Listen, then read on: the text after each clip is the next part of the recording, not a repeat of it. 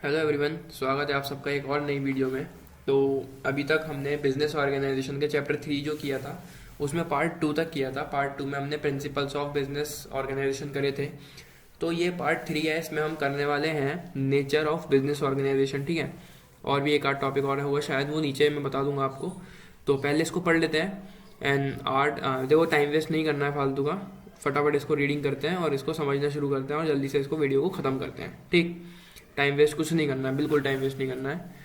तो फटाफट इसको रीडिंग करो, मेरे साथ ही कर लो। एन आर्ट और a science to determine whether business organisation is a science और an art, we must clearly understand the meanings of the term science and art. तो आर्ट है या फिर साइंस है बिजनेस ऑर्गेनाइजेशन, इसको जानने के लिए हमें पहले ये समझना होगा कि आर्ट और साइंस होता क्या है। ठीक है, तो पहले हम समझते हैं business organisation as a science. ठीक है, the word science literally means knowledge. तो साइंस का जो मतलब है वो है knowledge. It is a systematised body of knowledge acquired by mankind through observation, experimentation and which is capable of verification. तो ये एक सिस्टमेटाइज्ड बॉडी ऑफ नॉलेज है। ठीक है, मतलब पूरी सिस्टमेटिक वे में एक नॉलेज है जिसको हम लोगों ने ही ऑब्जर्व करके बहुत सारे एक्सपेरिमेंट करने के बाद उसको पूरी तरह से वेरीफाई करके बिजनेस ऑर्गेनाइजेशन में हमने लगाया है। तो वो सारी साइंस हुई। ठीक है, business organisation is the viewed as a science as it is a systematised body of knowledge. Business organisation को हम एज अ साइंस देख सकते हैं क्योंकि वो बहुत सिस्टमेटाइज्ड बॉडी ऑफ नॉलेज है। उसमें मतलब पूरी तरह से सिस्टमेटिक वे में सारी चीज़ें होती हैं, इसलिए हम इसको साइंस कह सकते हैं। Built up by management practitioners and thinkers over a period of years, मतलब काफ़ी समय से जितने भी प्रैक्टिशनर्स हैं, जितने भी वहाँ पे काम करने वाले लोग हैं, उन्होंने अपने प्रिंसिपल्स यूज़ किए हैं, मतलब साइंस के प्रिंसिपल्स यूज़ किए हैं, सारी सिस्टमेटिक नॉलेज यूज़ की है।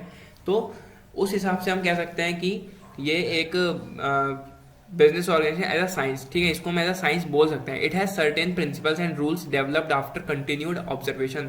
बहुत सारे ऑब्जर्वेशन के बाद बहुत सारे जितनी भी इतने सालों में इन्होंने एक्सपेरिमेंट किया है, इतने सारे ऑब्जर्वेशन किया है, तो उसके अकॉर्डिंग इन्होंने प्रिंसिपल्स और बहुत सारे रूल्स इसमें लगाए हैं। It is a science but unlike physics, chemistry and biology it is not an exact और एक्यूरेट साइंस। ये साइंस है लेकिन बहुत एग्जैक्ट और एक्यूरेट साइंस हम इसको नहीं कह सकते। ठीक है, the principles of organisation can not be considered as fundamental truth. जितने भी प्रिंसिपल इस ऑर्गेनाइजेशन में लगते हैं हम उनको कंसिडर नहीं कर सकते कि बिल्कुल ही फंडामेंटल ट्रुथ है, मतलब पूरी तरह सच्चाई, इनको पूरी तरह से सच हम इसको कंसिडर नहीं कर सकते। At times they may not bring desired result at may not have universal applicability. अब कभी कभी क्या होता है, जैसे बिजनेस में प्रॉफिट होते हैं, कभी कभी लॉस भी होते हैं, क्योंकि लॉस जो है वो अनसर्टेन होते हैं, हमने ये पहले भी पढ़ा है। तो जब हमने सब कुछ सिस्टमेटिक वे में किया है, हमने सारे प्रिंसिपल उसमें लगाए, लेकिन हमें लॉस हुआ है। ठीक है, हमें प्रॉफिट होना चाहिए था जब हमने सब कुछ सिस्टमेटिक वे में किया, लेकिन हमें लॉस हुआ है, तो हम ये नहीं कह सकते यहाँ पे कि साइंस लगाई है तो वो कामयाब होगी ही।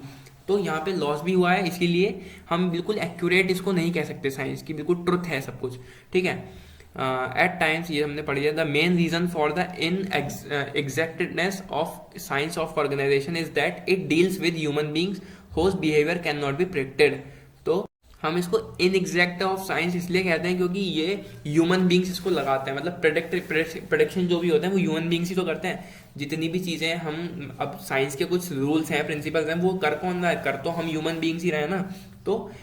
तो ये जो है सब ह्यूमन बींग्स का बिहेवियर चेंज सबका अलग होता है, इसलिए यहाँ पे हम एक्यूरेट साइंस को नहीं कह सकते। हम साइंस लगा रहे हैं लेकिन वो 100% रिजल्ट नहीं देती, हमेशा नहीं देती, कभी देगी कभी नहीं देगी, कभी लॉस कभी प्रॉफिट, ये सब लगा रहता है उसमें। ठीक है, thus we can say that organisation is a soft science या फिर बिहेवियरल साइंस हम इसको कह सकते हैं। तो ये था साइंस, जिसमें सिस्टमेटिक सब कुछ सिस्टमेटिक वे में होता है, प्रिंसिपल्स होते हैं, रूल्स होते हैं, बहुत सारे ऑब्जर्वेशन के बाद, बहुत सारे वेरिफिकेशन बाद, over a period of years. ठीक है, लेकिन हम इसको एग्जैक्ट साइंस नहीं कह सकते, ये इन एग्जैक्ट साइंस बोल सकते हैं, सॉफ्ट साइंस बोल सकते हैं, या फिर बिहेवियरल साइंस इसको हम बोल सकते हैं। अब हम पढ़ेंगे business organisation as an art. ठीक है, art is considered with the application of knowledge and skill. Art किस चीज़ में कंसिडर करती है, बहुत सारी इसमें नॉलेज होती है, बहुत स्किल्स होते हैं। ठीक है, in this sense business organisation is an art. अगर हम इस सेंस में देखें तो बिजनेस ऑर्गेनाइजेशन एक आर्ट है। ठीक है, as one has to use his skilled and knowledge in solving complicated business problem. बहुत सारी बिजनेस में प्रॉब्लम्स होती हैं जिनको लोग या फिर कहो पर्सनल या फिर कह लो एम्प्लॉयज अपनी समझ के साथ, अपने स्किल्स के साथ, अपने बहुत अब कुछ ऐसी चीज़ें भी होती हैं जो अपने वो बिहेवियर की वजह से ही सही कर लेते हैं। तो बहुत सारी प्रॉब्लम्स होती हैं बिजनेस में जिनको वो ठीक करते हैं बहुत स्किल्ड तरीके से, बहुत नॉलेज के साथ। तो उसको हम बोल सकते हैं कि हाँ, कि जो आर्ट ऑफ बिजनेस है, मतलब business organisation as an art, हम इसको इस सेंस में कह सकते हैं। ठीक है। To achieve the enterprise objective, मतलब जो भी एंटरप्राइज के ऑब्जेक्टिव उनको अचीव करने के लिए पर्सनल या फिर एम्प्लॉयज अपनी नॉलेज यूज करता है, स्किल यूज करता है। ठीक है। Organisation is one of the most creative art, organisation जो है बहुत क्रिएटिव आर्ट है, as it is concern with getting work done through others, क्योंकि इससे हम वर्क करवा रहे हैं लोगों से, उनको मोटिवेट करके, ठीक है, और उनके साथ काम करके, उनके साथ थोड़ा कोऑर्डिनेट करना। तो उससे क्या हो रहा है, काम भी हमारा हो रहा है, और ये इसीलिए कहा गया है कि बहुत अच्छी आर्ट है, क्योंकि इसमें हम लोगों को मोटिवेट कर रहे हैं, उनसे अपना काम करवा रहे हैं, स्किल्ड तरीके से हम बिजनेस की प्रॉब्लम सॉल्व कर रहे हैं। ठीक। तो ये था एज एन आर्ट। अब हम देखते हैं कि business organisation are science as well as art, मतलब क्योंकि ये दोनों ही है, आर्ट भी और साइंस भी। चलो इसके बारे में जल्दी से पढ़ते हैं नीचे। Business organisation has elements of both art and science, business organisation में जो एलिमेंट होते हैं वो बोथ आर्ट और साइंस दोनों के होते हैं, मतलब ठीक है, बोथ का मतलब वही दोनों, आर्ट और साइंस दोनों के इसमें एलिमेंट्स होते हैं। In fact it is a science as well as an art because science and art are both complementary to each other, क्योंकि साइंस और जो आर्ट है ये दोनों ही एक दूसरे के कॉम्प्लीमेंट्री हैं। ठीक है, मतलब दोनों ही बिल्कुल जरूरत है इन दोनों चीजों की। एज कॉसा हैज सेड, मतलब साइंटिस्ट थे शायद ये, science requires art, art require science, science को आर्ट की जरूरत है, आर्ट को साइंस की जरूरत है, each being complementary to the other, दोनों एक दूसरे के कॉम्प्लीमेंट्री हैं। It may be concluded that there is no hard and fast line between science and art of business organisation.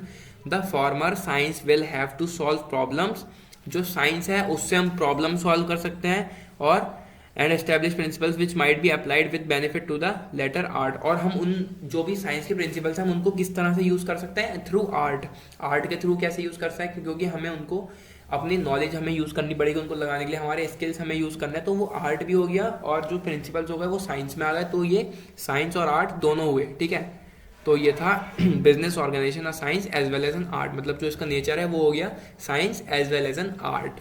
तो अब पढ़ते हैं इसमें आगे। तो इसमें अब आगे हम पढ़ने वाले हैं scope of business organisation. Business organisation के अंडर में कितनी चीज़ें आती हैं, क्या क्या चीज़ें आती हैं, ये सब हम इसमें पढ़ने वाले हैं। ठीक है। Scope of business organisation is very wide, जो स्कोप है बिजनेस ऑर्गेनाइजेशन का वो बहुत ज़्यादा वाइड है। ठीक है, मतलब बहुत ज़्यादा चीज़ें इसमें होती हैं। The following activities are covered under the scope of business organisation, ये सारी जो आगे एक्टिविटीज़ हैं, फॉलोइंग एक्टिविटीज़, ये इसमें होती हैं। ठीक है, तो पढ़ते हैं इनके बारे में। फर्स्ट है मैन्युफैक्चरिंग एक्टिविटीज़।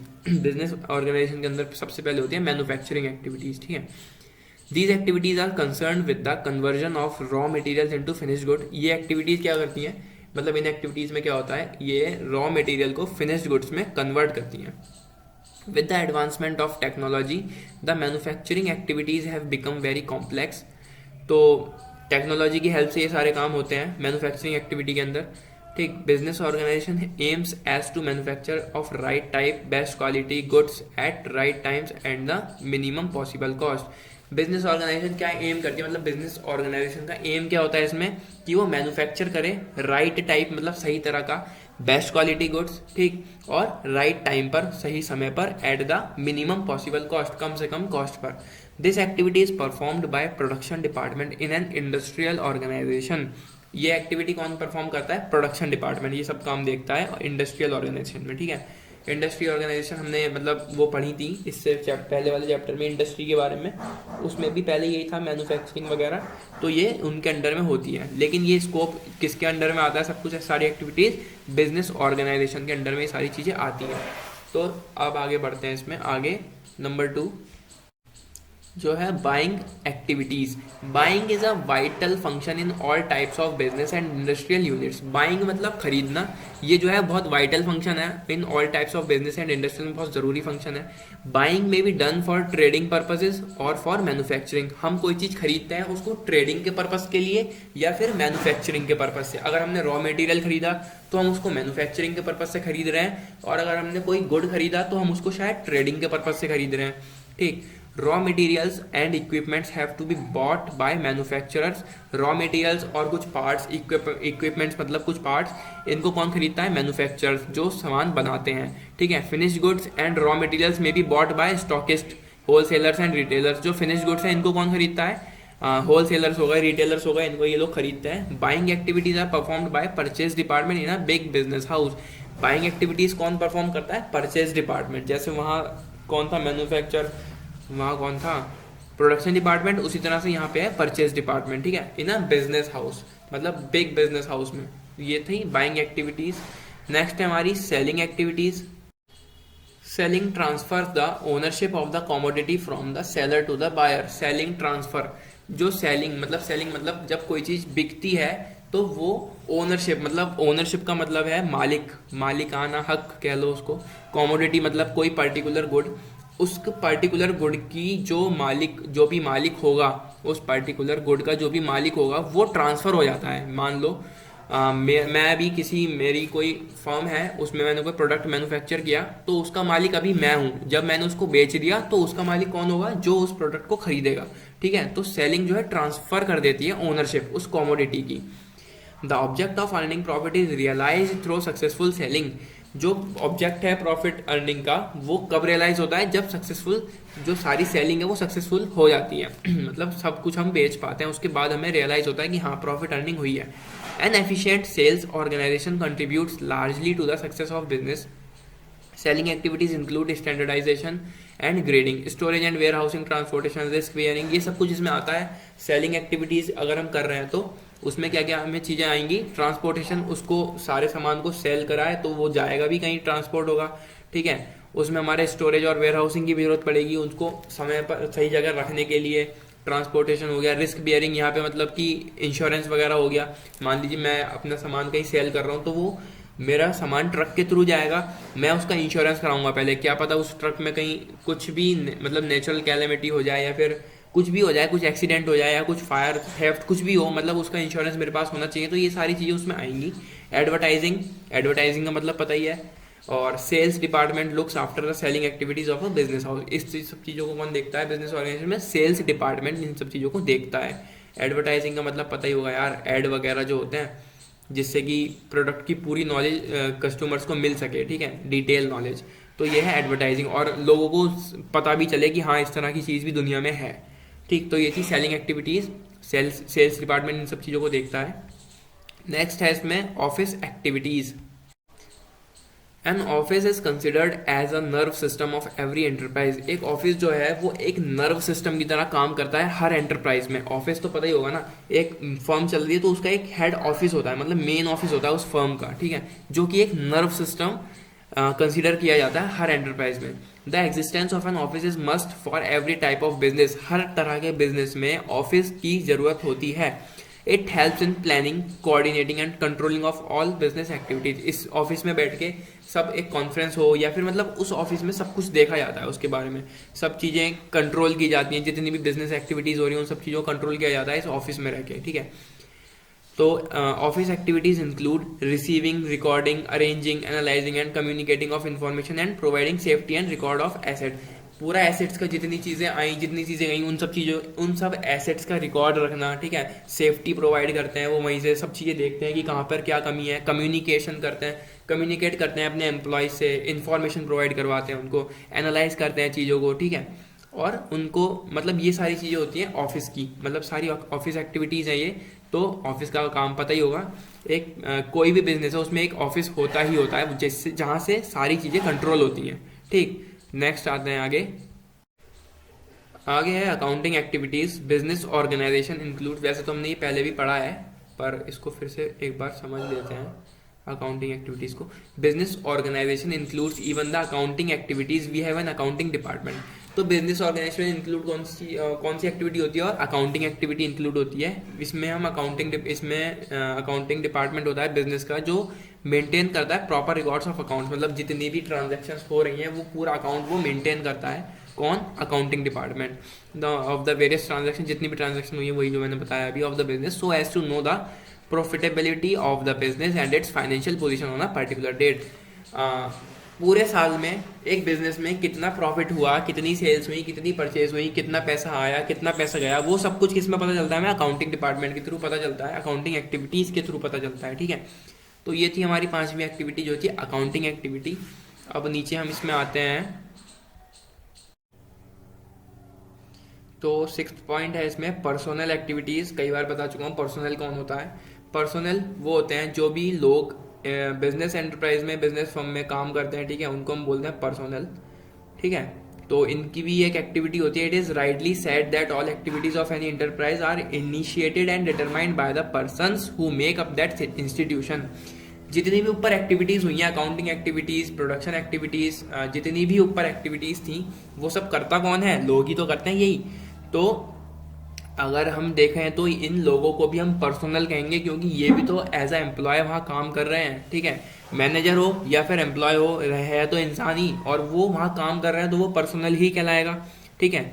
एक तरह से वो भी पर्सनल ही कहलाएगा, ठीक। It is rightly said that all activities of an enterprise are initiated and determined by the persons who make up that institution, जिन्होंने वो इंस्टीट्यूशन बनाया है। It is very essential to manage man effectively so as to achieve the objectives of the business, ठीक है। तो ये बहुत ज़रूरी है कि हम मैनेज करें उनको भी, ठीक है। किनको?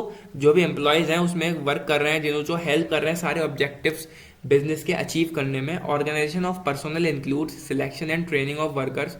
तो जो इसमें एक्टिविटीज़ होती हैं एक तरह से ये प्रोवाइड करते हैं। पर्सनल एक्टिविटीज़ जो होती हैं वो होती हैं इनके सिलेक्शन की, और इनको ट्रेनिंग देते हैं। किसको? वर्कर्स को। Providing proper working condition, provide करते हैं प्रॉपर वर्किंग कंडीशंस, ठीक है, सही जगह, सही इक्विपमेंट्स देते हैं इनको।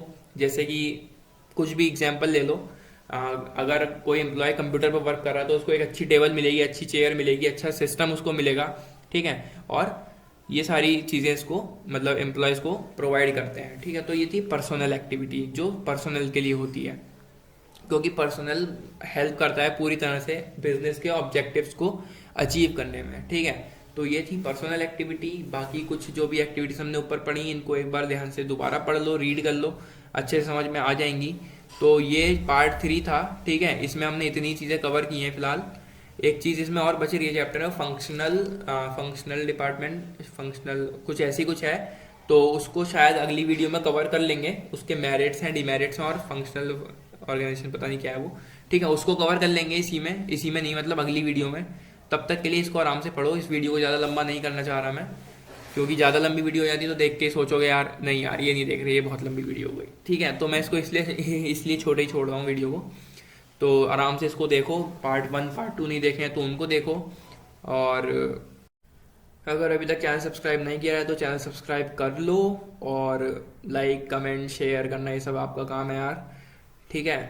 तो करो यार, थोड़ा सब्सक्राइबर्स बढ़ाओ, और वीडियो को पूरा देखो, और जो दूसरे पार्ट्स हैं उनको देखो, पार्ट 1 2 और चैप्टर 1 2। मतलब बताना मुझे अच्छे लगे कैसे लगे कमेंट करके, ठीक है यार। कमेंट्स पढ़ के बहुत अच्छा लगता है सच में। तो बस मिलते हैं अगली वीडियो में अगले चैप्टर के साथ, या फिर अगले पार्ट के साथ, जो भी होगा देख लेंगे। फिलहाल लाइक कमेंट शेयर सब्सक्राइब यार ज़रूर करना, ठीक है। Till then take care, bye.